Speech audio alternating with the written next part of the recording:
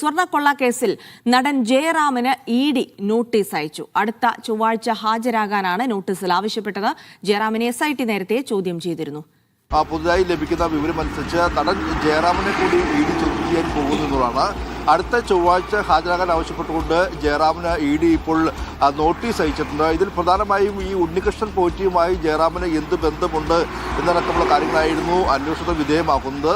അതായത് ഈ ദ്വാരപാലക ശില്പങ്ങളിലെ ഈ പാളികൾ ജയറാമിൻ്റെ ചെന്നൈയിലെ വീട്ടിലെത്തിച്ച് അവിടെ ചില പൂജകൾ നടന്നു എന്ന വാർത്തകൾ പുറത്തുവരികയും പിന്നീട് ജയറാം അത് സ്ഥിരീകരിക്കുകയും ചെയ്തിരുന്നു. അന്ന് ജയറാം വ്യക്തമാക്കിയത് താൻ കഴിഞ്ഞ 40 വർഷമായി ഇത്തരത്തിൽ ശബരിമലയിൽ പോകുന്ന ആളാണ്. ഉണ്ണികൃഷ്ണൻ പോറ്റി അവിടെ വെച്ച് കണ്ട് നല്ല ബന്ധമുണ്ട്.